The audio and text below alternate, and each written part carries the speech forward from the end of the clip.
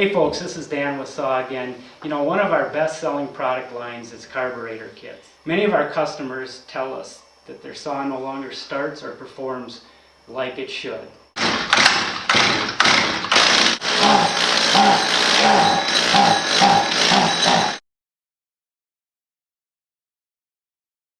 What we have here is a good old arborist saw.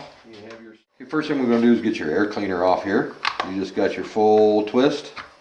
To get it, just pull as you're removing it so you do not bust the little screw in here. I'm going to remove your air filter, then you have your plate. And we're just going to go ahead and remove two of the nuts here that holds this plate and carburetor in place. Okay, then we'll pop the cover plate off. Comes out just as simple. One trick you can do is either empty the fuel in a beaker, or if you have just a little bit in there, just crack the fuel tank. What this does is this relieves pressure in the fuel tank, so when you remove the fuel line, you don't have gas pouring out.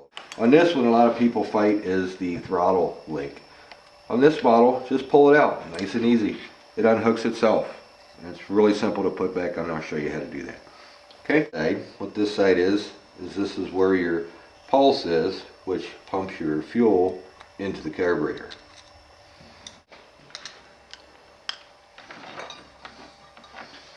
And just need a kit.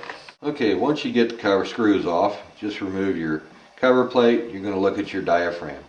One of the most crucial things you're going to notice on your diaphragm is you're going to some units will have sawdust inside. That's no problem. Don't worry about that, because they do need air to vent so it does pulse.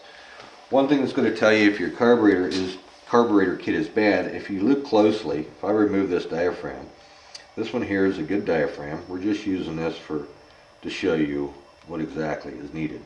The fuel is going to run out, so that's telling you at least you've got half your carburetor is doing just fine.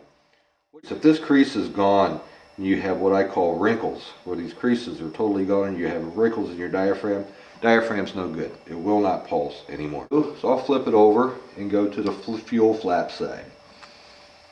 Just remove that.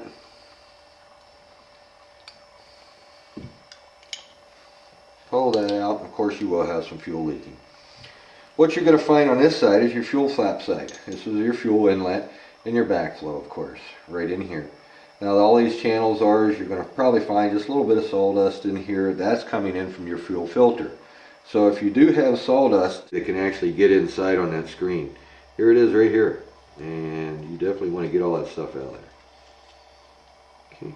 What I would want to do in this case is pull the screen out. What I usually do is I'll just take a nice flat tip screwdriver, just a little pressure, work the screen right out of there. And you're going to pull it out, you're going to replace it. What I'm going to show you is that one of the easiest ways to install these screens. What you want to do is just slowly push it right down in there. Make sure it all goes in nice and even until she bottoms out and your screen is set. Just that simple. One thing you want to do before you take this apart to replace the needle is look at the distance on where your arm is. If you have a screwdriver, 9 times out of 10 they're going to be even with the CARB body. You'd like to get a good Phillips screwdriver that grabs these, and they're not loose, and it just grabs it just right. Give it a little force, just snap her loose. You can hold the arm down with your thumb, keeps it all retained there. You pull the screw out, and you're just going to dump everything out.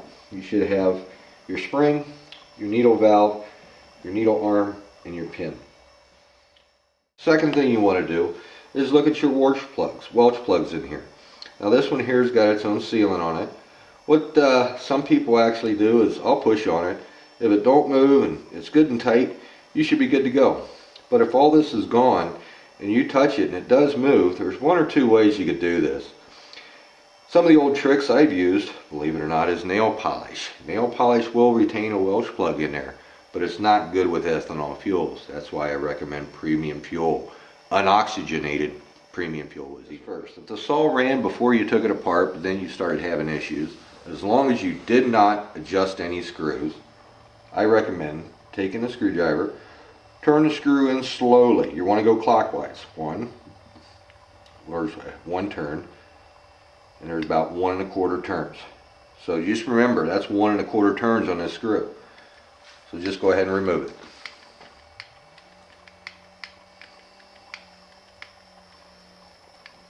Okay, once you get the needle valve out, you want to look at the tip. Make sure it's not damaged, it doesn't have a ring, mushroomed, or even a groove or anything on it. That's in good shape. What you want to do now is, of course, take your parts cleaner, spray it off real good. If you got some air, hit it with some air. Just stand back, blow some air on it. You want to blow basically into the hole. Make sure there's any restrictions in there. It's going to help blow it out. You always want to go backwards with it. You never want to go forwards. Alright, here we got our new kit all laid out. I'm going to show you the best and easiest way to reinstall your kit once you know everything's good to go. Alright, when installing your needle valve, I just usually stick the spring in here first. Get her in there nice and even. Get your arm pin in your arm all in one. Hold it, retain it with your thumb, finger. Slide your needle valve on there. And you're just going to drop it all in there in one piece. Once you get it there, you can take your other finger, just slowly push it right down in, because if you're going to notice, your pin is short on one side, long on the other, because that's where the screw is going to retain it. Just hold it right there with your finger, it won't go nowhere. Make sure your spring is underneath the float arm, inside the crease that is actually pressed, molded right on that arm. Then we're going to install the screw.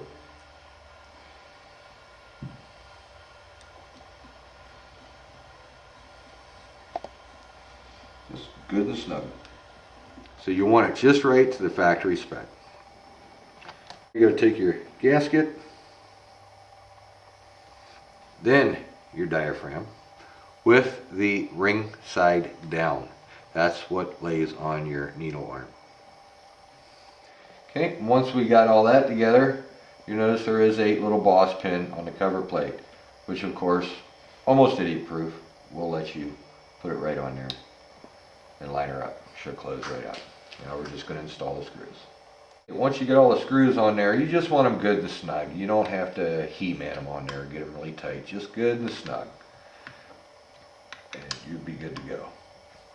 Okay, then we're going to do your fuel valve side. Now this side, your gasket will go right even with the carburetor body. If you notice, you do have the slight curve. You have the mounting holes on both ends.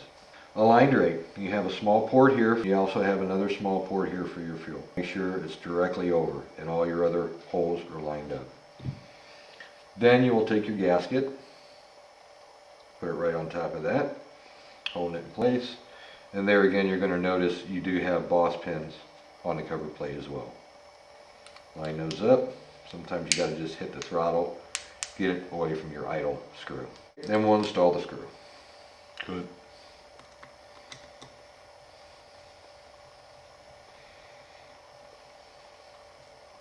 Okay.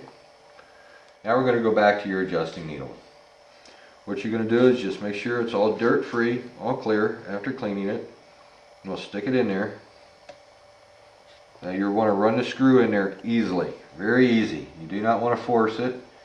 You just want to have finger resistance very lightly when it stops. You'll feel it bottom out.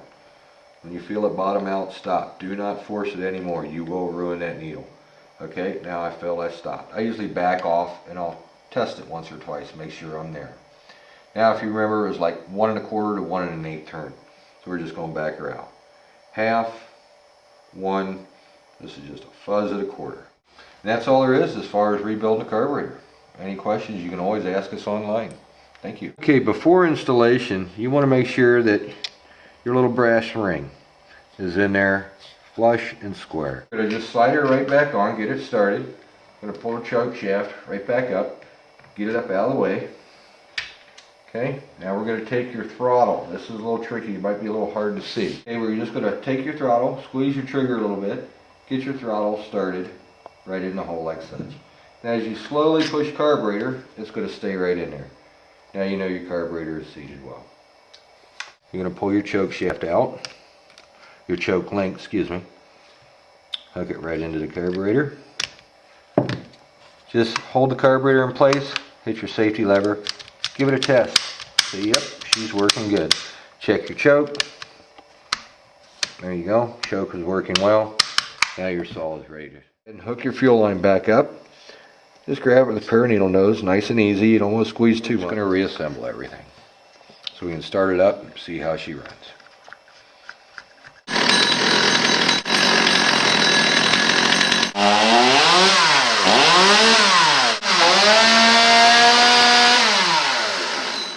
This is Wismo. He's got over 35 years of experience with small engines, certified technician. If you don't feel confident on doing any rebuilds yourself, you can always just send us your old carburetor, or match it up, and we'll just send you a rebuilt one. That way you have no worries.